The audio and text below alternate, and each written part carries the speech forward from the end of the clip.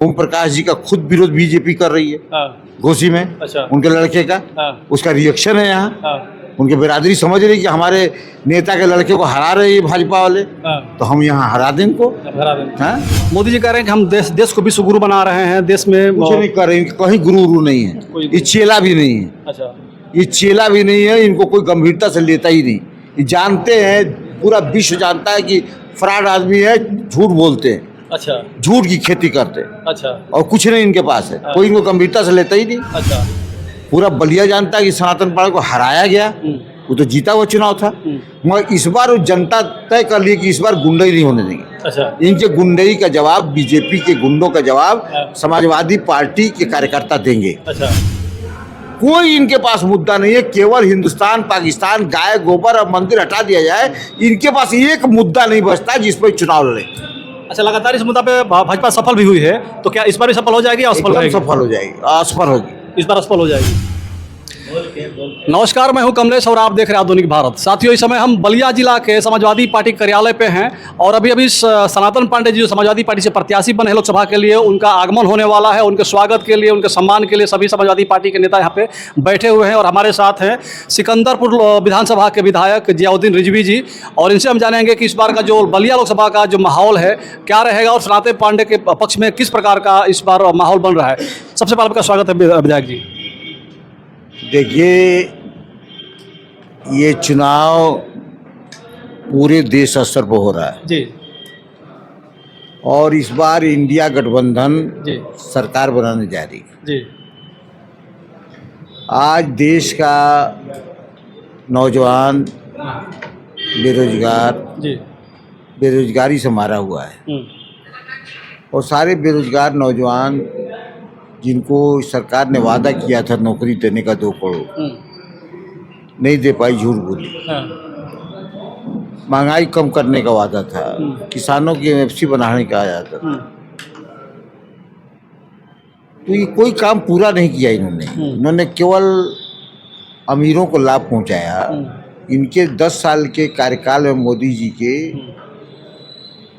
अडानी अंबानी का भला हुआ, वो दुनिया के सबसे अमीर आदमी हो गए, और इन्होंने बेचा, रेलवे बेचा अडानी को, हवाई जहाज बेचा, हवाई अड्डा बेचा, बीएसएनएल बेचा, बड़ी बड़ी कंपनियों को बेच दिया।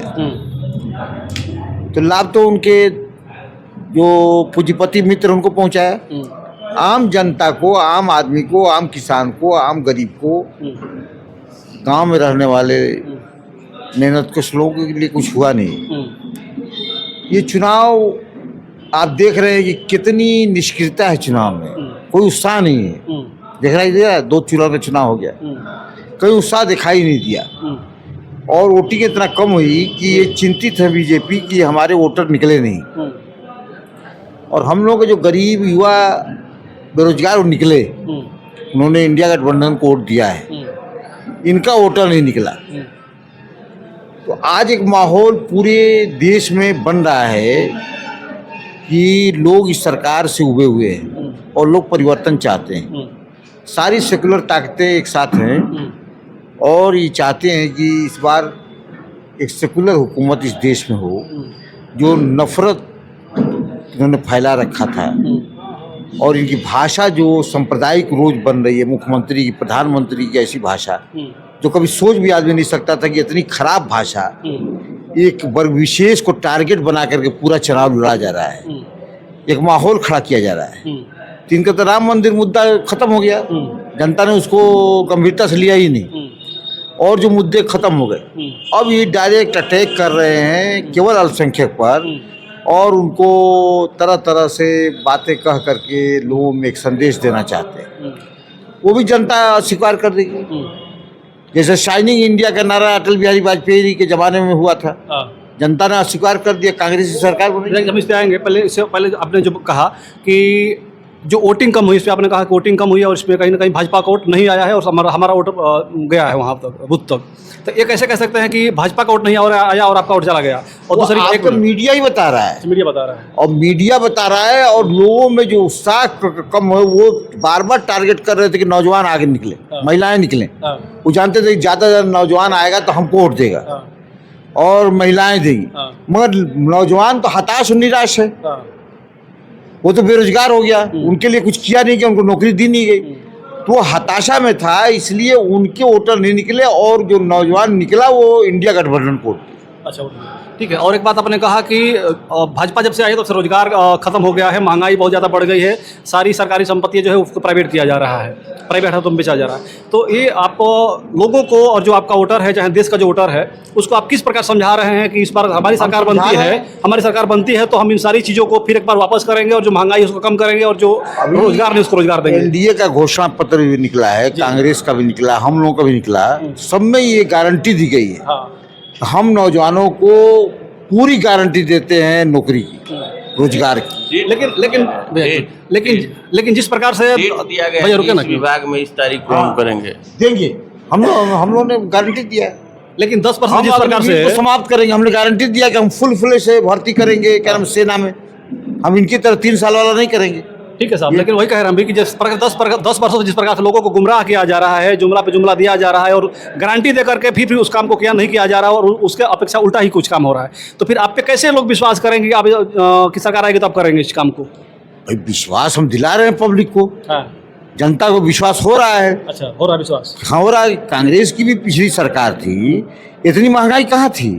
मनमोहन सिंह की सरकार में कहाँ थी? इतनी अर्थव्यवस्था कमजोर कहाँ थी? प्राइवेट सेक्टर में कहाँ दिया गया था देश के उपकरणों को? नहीं दिया गया था। नहीं दिया गया। तो ये समझ रही पब्लिक, ऐसा नहीं कि नहीं समझ रही। हाँ, अच्छा, मोदी जी कह रहे हैं कि हम देश को विश्व गुरु बना रहे हैं, देश में कुछ नहीं कर रहे, कहीं गुरु नहीं है, ये चेला भी नहीं है। अच्छा, ये चेला भी नहीं है, इनको कोई गंभीरता से लेता ही नहीं। ये जानते हैं, पूरा विश्व जानता है कि फ्रॉड आदमी है, झूठ बोलते हैं। अच्छा, झूठ की खेती करते हैं। अच्छा, और कुछ नहीं इनके पास है, कोई इनको गंभीरता से लेता ही नहीं। अच्छा, हाँ, अच्छा, पहले चल के जब मतदान हुआ उसके बाद से इन्होंने हिंदू मुस्लिम करना चालू कर दिया है। हाँ, इसीलिए चालू कर दिया है कि वो प्रतिशत कम हुआ, ये हार रहे हैं। पहले चरण में ही हार गए चुनाव, तो अब सोचे कैसे होगा। तो अब इनके पास कोई अस्त्र तो है नहीं, कोई मुद्दा तो है नहीं, इन्होंने कोई रोजगार तो दिया नहीं, किस बिना पे वोट मांगेंगे? अच्छा, तो यही बचता है, सबसे कमजोर पॉइंट होता है हिंदू मुसलमान। अच्छा, गाय गोबर, यही है। मंदिर भी हिंदुस्तान पाकिस्तान, इसके अलावा कोई मुद्दे हटा दिए तो भाजपा कुछ है ही नहीं है, हिंदुस्तान में जीरो हो जाएगी। कोई इनके पास मुद्दा नहीं है, केवल हिंदुस्तान पाकिस्तान, गाय गोबर और मंदिर हटा दिया जाए, इनके पास एक मुद्दा नहीं बचता जिस पर चुनाव लड़े। अच्छा, लगातार इस मुद्दा पे भाजपा सफल भी हुई है, तो क्या इस बार भी सफल हो जाएगी? असफल रहेगी? सफल हो जाएगी, असफल होगी। इस बार असफल हो जाएगी। जनता समझ गई है। अच्छा, जनता को अब रोजगार चाहिए। हाँ। वो गरीबी से तड़प रही है। हाँ। सिलेंडर कितना महंगा हो गया, महंगाई कितनी बढ़ गई। हाँ। किसान कितना बर्बाद हुआ। हाँ। नौजवान बर्बाद हुआ। हाँ। तो ये सब लोग समझ रहे हैं। हाँ। हाँ? कोई कल्याणकारी काम नहीं हुआ। हाँ। ये तो सिर्फ फर्जी बात करते हैं, अखबारों में रहता है। अच्छा, सनातन बलिया की बात कर ले थोड़ा सा, तो सनातन पांडे को टिकट मिला है, तो क्या सनातन पांडे इस बार? पांडे पिछली बार भी चुनाव जीत गए थे। अच्छा, पिछली बार भी उनको गठबंधन से चुनाव लड़ाया गया था और चुनाव जीत गई थी, तो गुंडागर्दी कर करके लोगों ने ये हरा दिया। अच्छा, पूरा बलिया जानता है कि सनातन पांडे को हराया गया, वो तो जीता हुआ चुनाव था। मगर इस बार जनता तय कर ली कि इस बार गुंडई नहीं होने देंगे। अच्छा, इनके गुंडई का जवाब, बीजेपी के गुंडों का जवाब समाजवादी पार्टी के कार्यकर्ता देंगे। अच्छा, ये तय कर लिया। और इस बार जो है भारी संख्या में लोग जो पिछले चुनाव में नहीं थे वो भी इस बार आए हैं। अच्छा, और वोट दे करेंगे। नहीं, उस बार तो बहुजन समाज पार्टी का गठबंधन था, तो दलित वोट भी आपके साथ था, इस बार तो नहीं रहेगा? दलित भी दे रहा हमको, दे रहा है। दलितों का कोई उम्मीदवार कायदे का है नहीं। और दलित देख रहा है कि मायावती जी बीजेपी के इशारे पर नाच रही। अच्छा, उनका पढ़ा लिखा नौजवान आ रहा है कि अम्बेडकर के संविधान को बचा सकती है समाजवादी पार्टी और इंडिया गठबंधन बचा सकता है।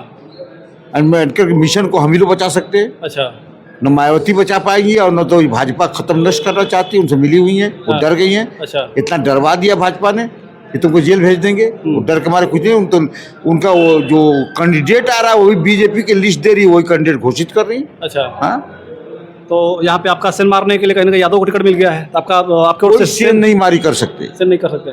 यादव इतना मूर्ख नहीं है, मुसलमान इतना मूर्ख नहीं है, अगड़ा इतना मूर्ख नहीं, पिछड़ा इतना मूर्ख नहीं है। अच्छा, वो जो है सब लोग समझ रहे हैं कि जो ये आया है कैंडिडेट वो केवल जो है हमको समाजवादी पार्टी को डैमेज करने के लिए, अच्छा और डैमेज हो गए नहीं।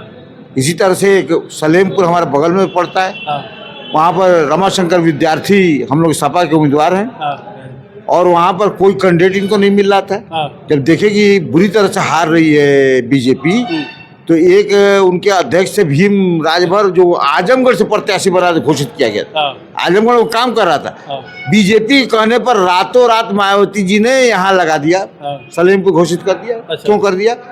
वो तो आजमगढ़ का रहने वाला है, यहाँ से कोई लिंक भी नहीं, कार्यकर्ता भी उनको नहीं जानता। और रमाशंकर विद्यार्थी तो 20 साल से यहाँ काम कर रहा है, एक बार MP भी रहे, 10 साल और भी काम किया, पब्लिक में गरीबों में काम किया, कमजोरों में काम किया, तो पब्लिक उनको वोट देगी। अच्छा, आप सलेमपुर लोकसभा से आते हैं तो क्या लग रहा है, सलेमपुर का क्या माहौल रहेगा? सलेमपुर में बहुत अच्छा माहौल रहेगा, जीत जाएंगे प्रत्याशी? राजभर हमारे साथ है, अच्छा। दलित भी हमको वोट दे रहा है, अगड़ा भी हमको वोट दे रहा है, PDA भी हमको वोट दे रहा है, सब दे रहे हैं। एक तरफ से देखा जाए तो ओम प्रकाश राजभर की वजह से राजभर की तरफ भाजपा का हो गया, कोई असर नहीं है। लेकिन अब वहाँ पे दो राजभर और हो गए प्रत्याशी। ओम प्रकाश राजभर जी का हमारे सलेमपुर कॉन्स्टिट्यूंसी में कोई असर नहीं है। अच्छा। ओम प्रकाश जी का खुद विरोध बीजेपी कर रही है घोसी में, अच्छा। उनके लड़के का, उसका रिएक्शन है यहाँ, उनकी बिरादरी समझ रही कि हमारे नेता के लड़के को हरा रहे हैं भाजपा वाले, तो हम यहाँ हरा दें इनको। ठीक है, तो ये सिकंदरपुर के विधायक मोहम्मद रिजवी जी रहे। आप लोगों को इनकी बात कैसी लगी और जो चुनाव बता रहे हैं, चुनाव माहौल कैसा लगा, आप लोग कमेंट करके बताइएगा। इसके बाद वीडियो खत्म करना चाहेंगे। जय हिंद, जय भारत।